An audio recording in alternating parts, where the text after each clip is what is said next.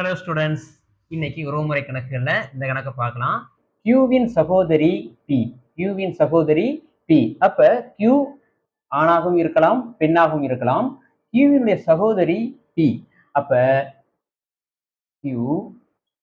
கியூவினுடைய சகோதரி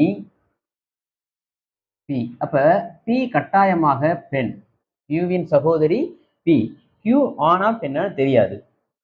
கியூவின் சகோதரன் ஆர். கியூவினுடைய சகோதரன் ஆர். அப்ப சகோதரன் சகோதரன்கிறப்ப ஆண். கியூவின் சகோதரன் ஆர். ஆர் என்பவர் வேண்டாம், எஸ்ஸின் அப்பா. ஆர் என்பவர் எஸ்ஸின் அப்பா. அதாவது எஸ்ஸின் அப்பா ஆர். எஸ்ஸின் அப்பா ஆர். எஸ் ஆனா பெண்ணான்னு தெரியாது. எஸ்ஸினுடைய அப்பா ஆர். எஸ்ஸினுடைய அப்பா ஆர். எஸ் என்பவர் டி-யின் மகன். எஸ் என்பவர் டி-யின் மகன். இங்க பாருங்க, எஸ் என்பவர் டி-யின் மகன்.